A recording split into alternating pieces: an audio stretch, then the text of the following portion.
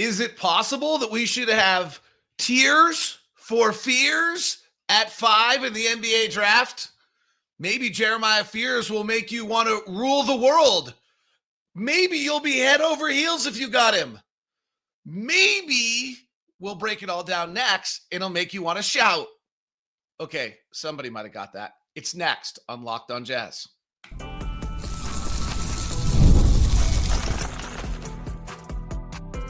You are Locked on Jazz, your daily podcast on the Utah Jazz.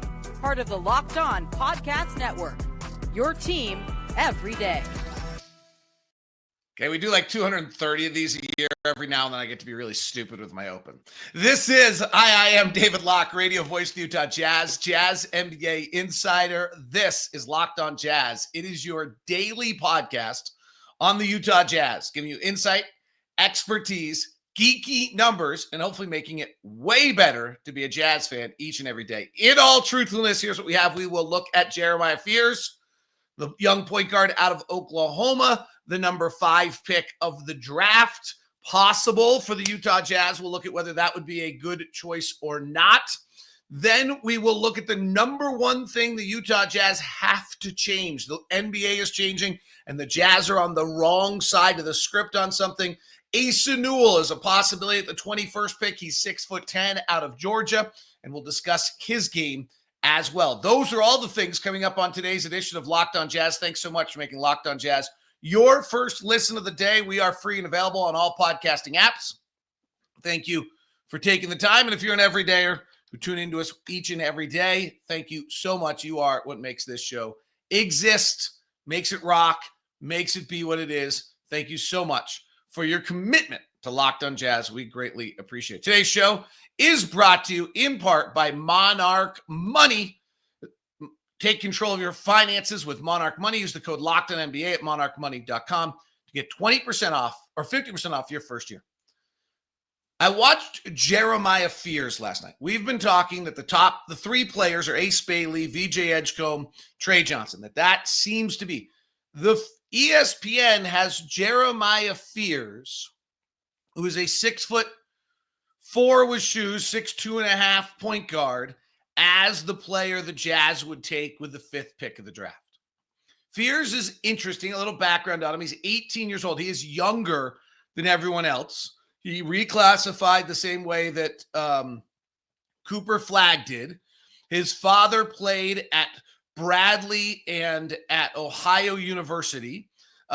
His brother played as a starting point guard at Michigan State. His younger brother is up and coming and kind of a hot prospect.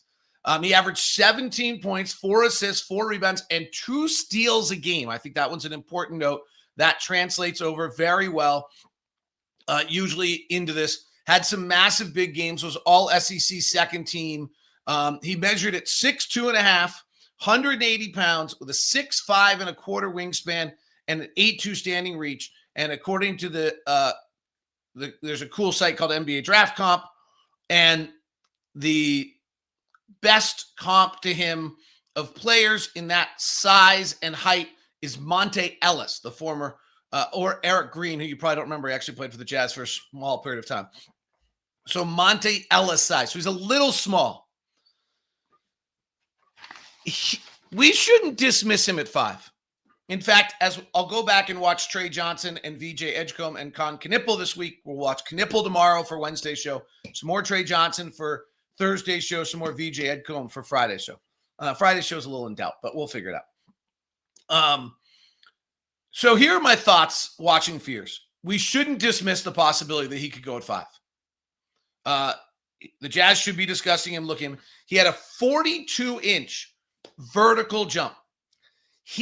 One of the things I always want to see out of players is I want to see players who bound off the screen, who you're watching the game and there's no doubt to you that they're an NBA player.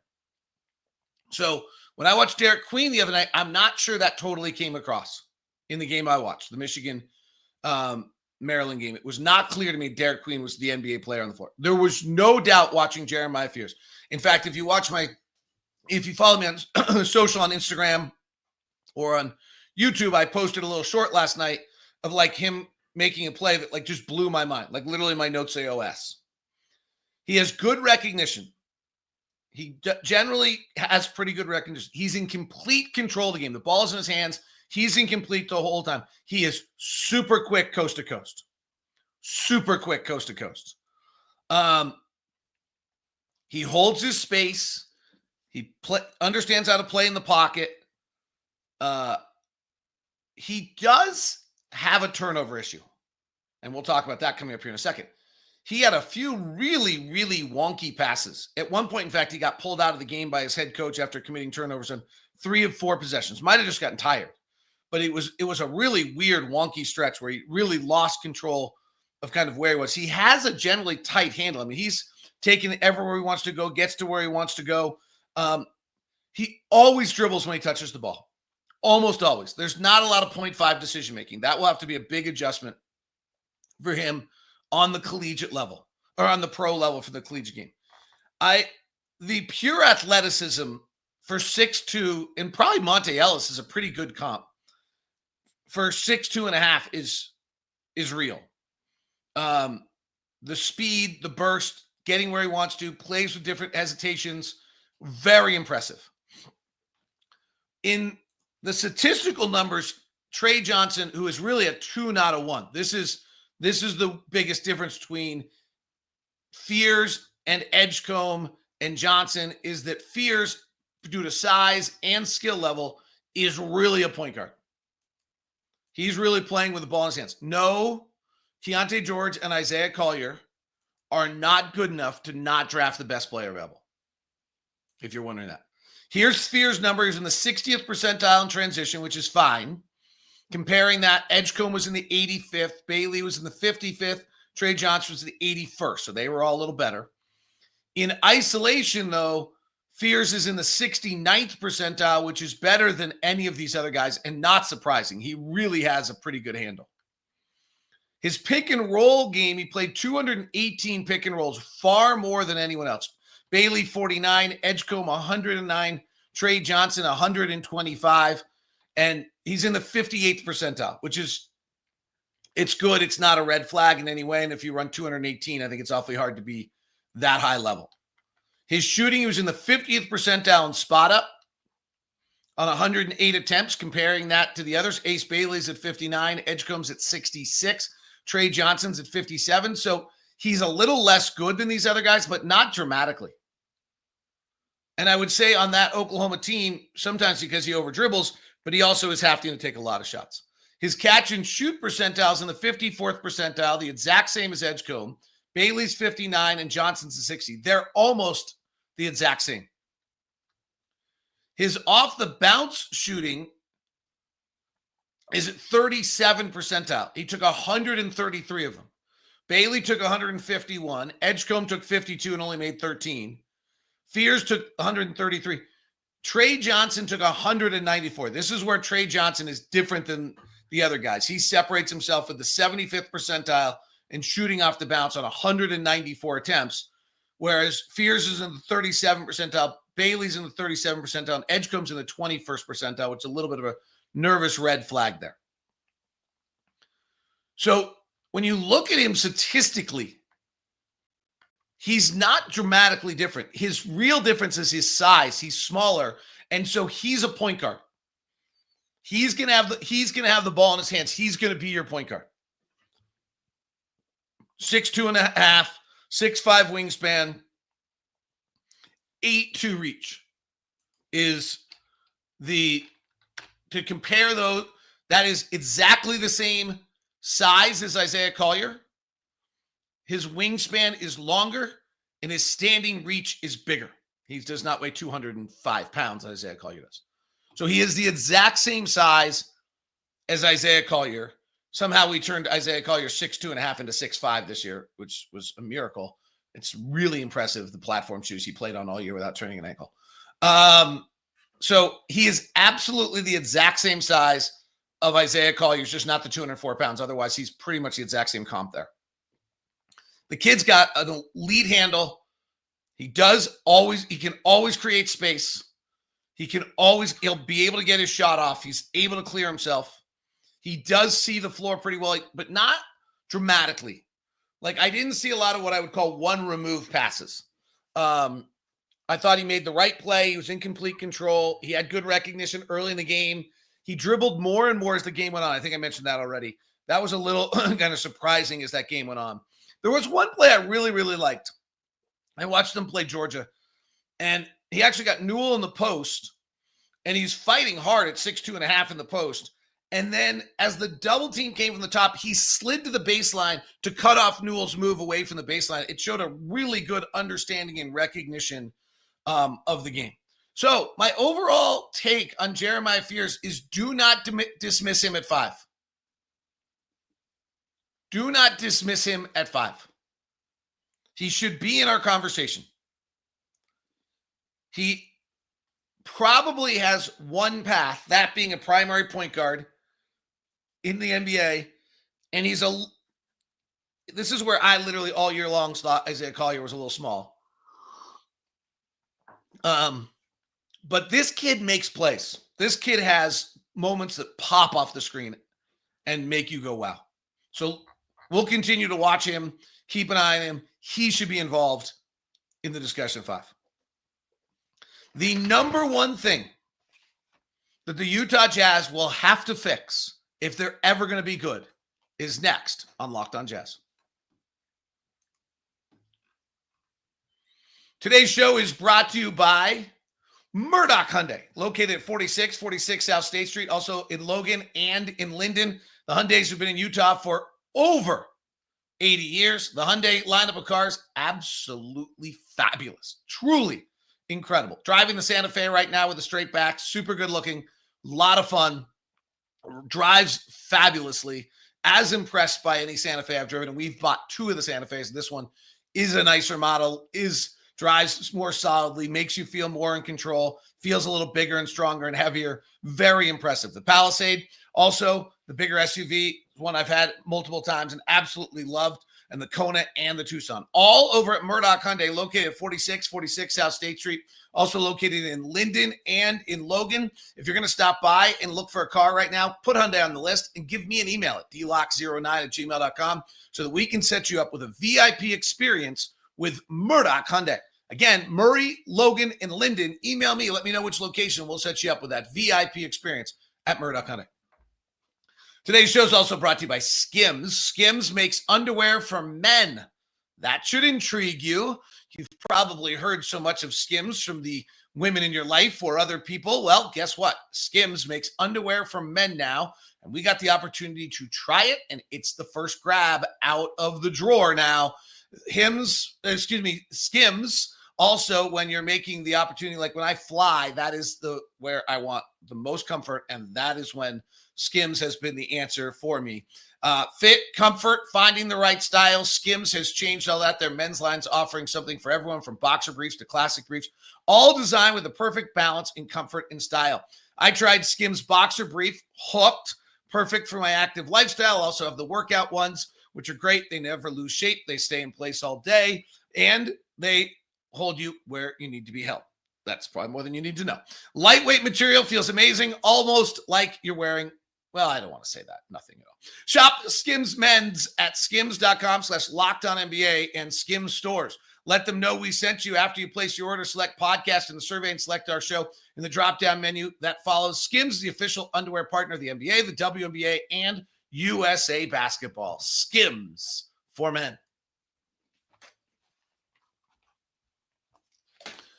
The Jazz have one thing they have to fix if they're ever going to be good, and that's turnovers. Last year, the Jazz miserably, understanding the season, so understand that comment, were last in the NBA at taking care of the ball and last in the NBA at forcing turnovers. The Jazz forced only 11.5% of their opponents into possessions. Into turnovers, the league average was 14.3. The Thunder led the league at 17%.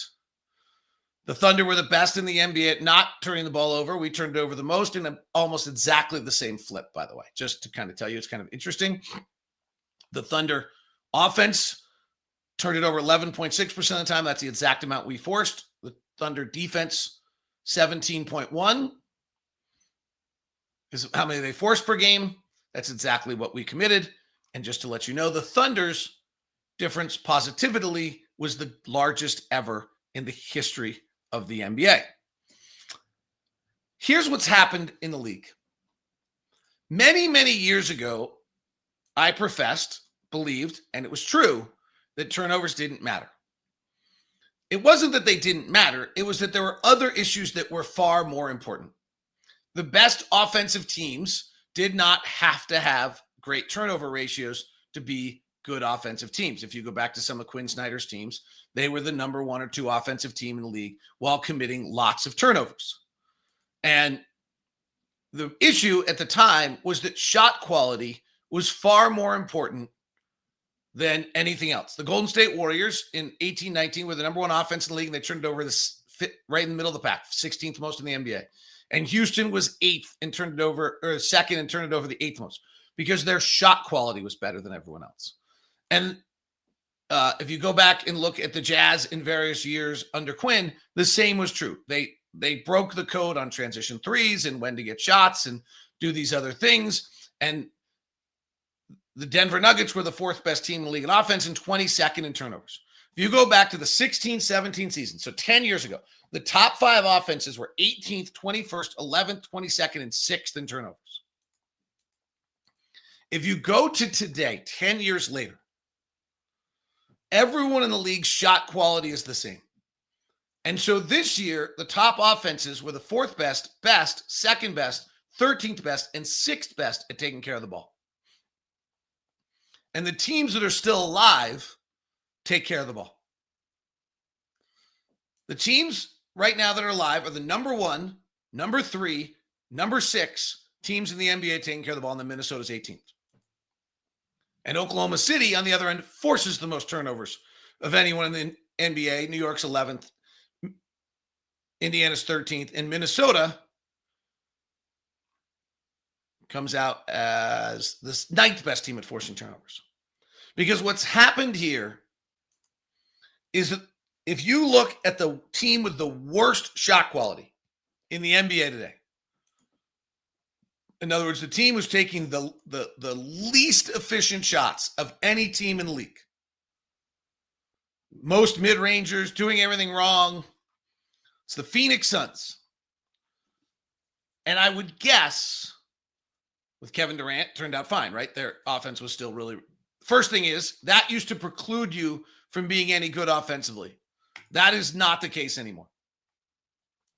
The second thing is that the Phoenix Suns' effective field goal percentage based on where they took shots was 53% last year. 53%. 10 years ago, in 15-16, that would have been the best in the NBA. That's a key point here.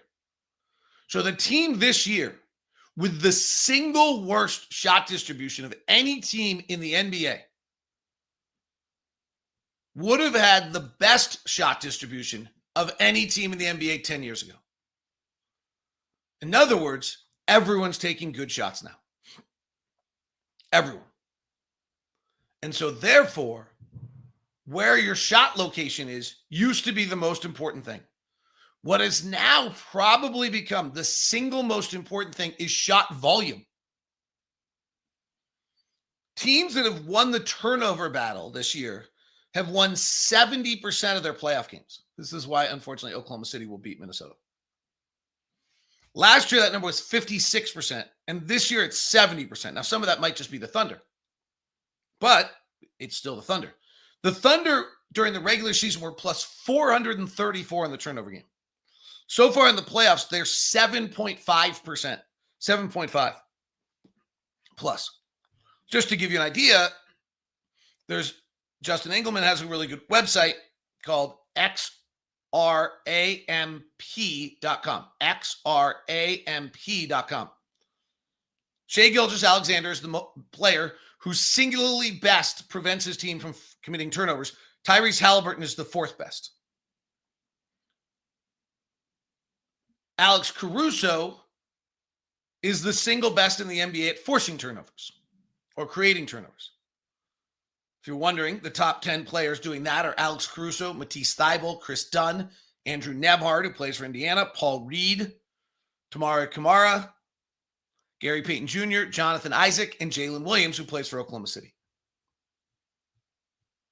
On the Jazz standpoint of this, the Jazz are historically the worst team differential in turnovers in a game in which turnovers have become more important than ever. Our best player, by the way, was Svi, because he doesn't pass, he just shoots. Interesting, when I looked at this, I was surprised what I saw. So Walker Kessler is the second worst offensive player in the NBA in regards to taking care of the ball. Nick Richards in Phoenix is worse. Keontae is 25th worst. There's only 3 non-big. All the bigs are bad. The bigs are the worst in the league. Rudy's in there. So Walker being in there is not surprising, but he's the second worst other than Nick Richards. Keontae is the 25th worst player in the NBA at taking care of the ball. The only non-centers that are at worse than Keontae, Jeremy Shohan in San Antonio, Jalen Suggs in Orlando. That's really interesting. Probably means he doesn't shoot a lot and he turns it over. Tajon Salon, the rookie baby giraffe in Charlotte. And then, by the way, Victor Wembanyama's right in there, which is, I thought, interesting. San Antonio's going to have to deal with that. And then John Collins is poor as well. So Walker's the second worst. Keontae's the 25th worst, and John Collins was. In regards to forcing turnovers, and this is again at the site xramp.com. Justin's got this broken down. Cody Williams was the worst Jazz player. Walker Kessler was next. John Collins at not forcing turnovers defensively. Then Isaiah Collier. Then Johnny Juzang. All of those are bottom 40 in the NBA. Cody Williams, Walker Kessler, John Collins, Isaiah Collier, and Johnny Juzang. Some of this has to be stylistic. We play the drop big. We hold in our spots. We play an offense that passes the ball, moves a lot. So that stylistically has to change, and then personnel-wise probably has to change as well. It's pretty interesting. So that's the number one area where the Jazz have got to make a change. And turnovers, as the game is changing, turnovers have become more and more important. If Asa Newell is on the board at 21, should the Jazz grab it? Next on Locked on Jazz.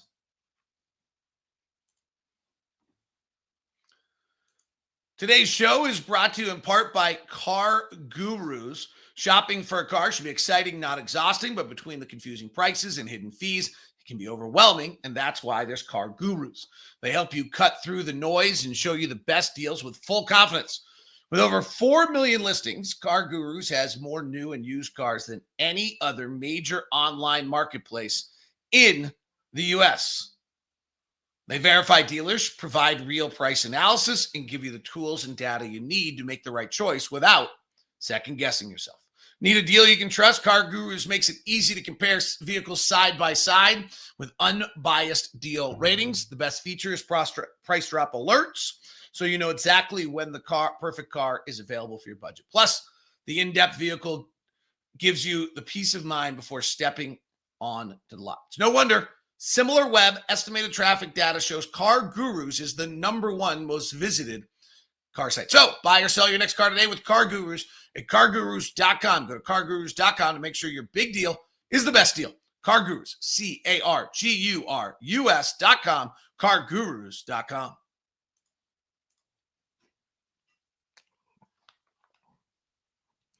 Thanks so much for making Locked on Jazz your first listen of the day.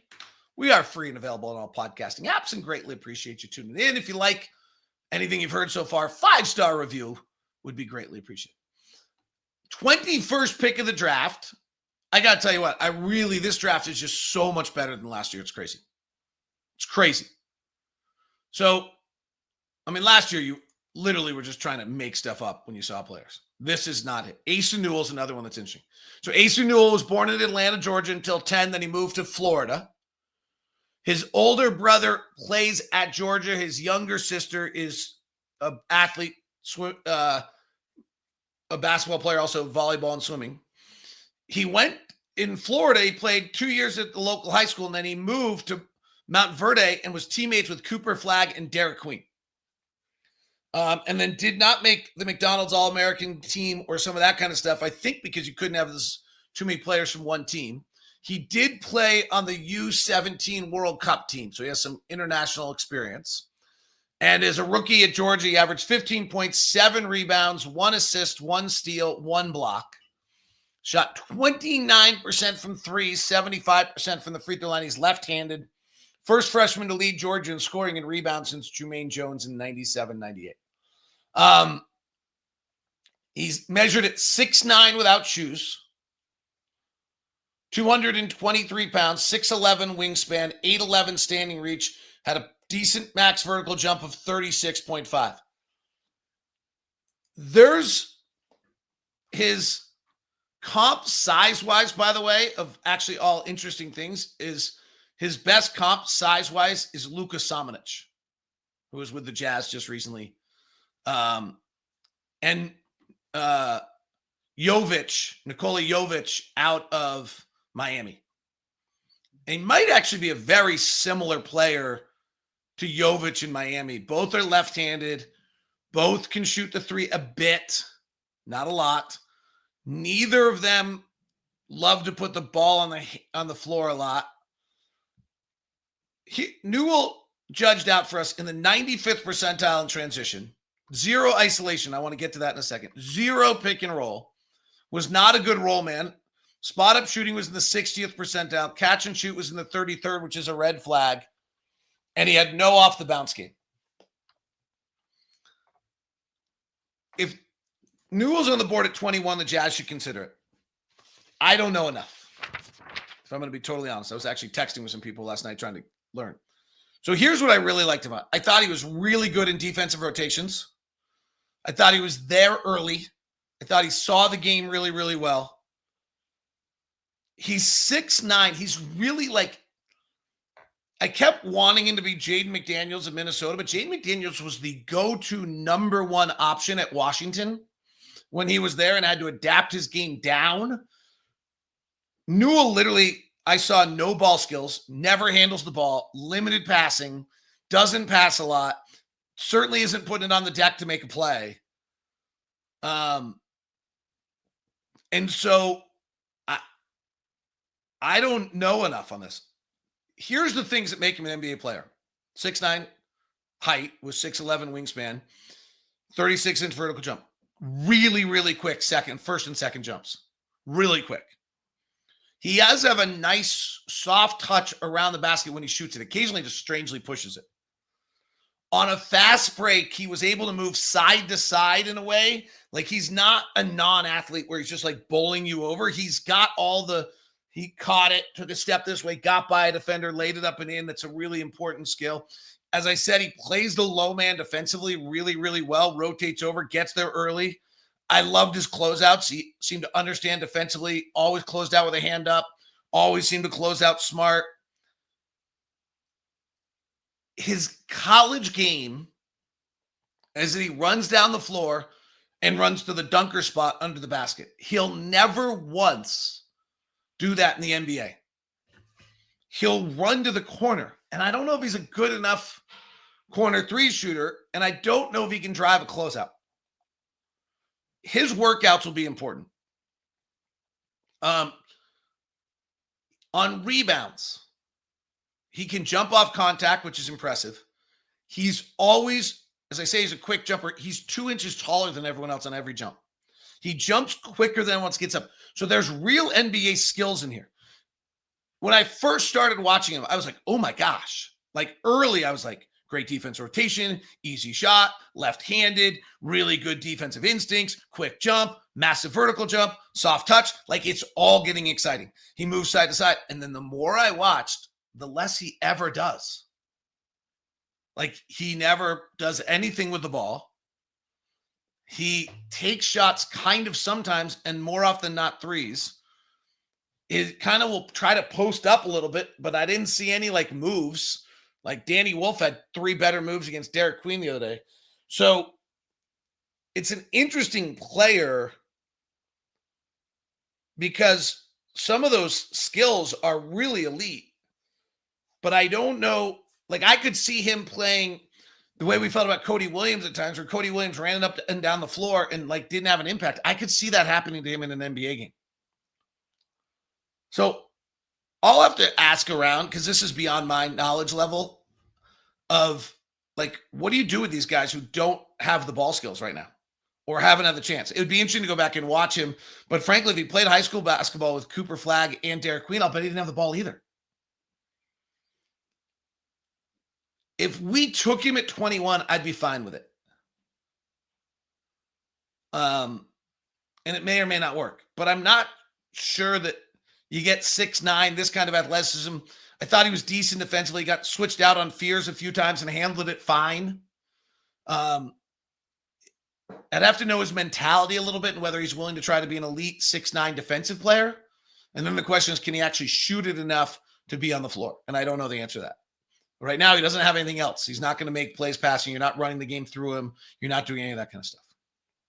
All right. Tomorrow, we'll look at Con Knipple. And I don't know who our 21st pick we'll be looking at. And we'll look at fake trades as well. All next tomorrow on Locked On Jazz. Thanks very much for tuning in. If you like the show, 5-star review on iTunes, Spotify, wherever. Much appreciated. If you're on YouTube, subscribe, hit the bell button. Comments are always welcome. Get your thoughts out there. Thanks very much for tuning in today. You can follow me on socials at DLock09. That's DLock09 on all the platforms. Thanks very much. We now send you the first ever 24/7 national NBA channel, Locked On NBA. Check out Locked On NBA with Doug Branson, Matt Moore, and Hayes for your daily NBA show.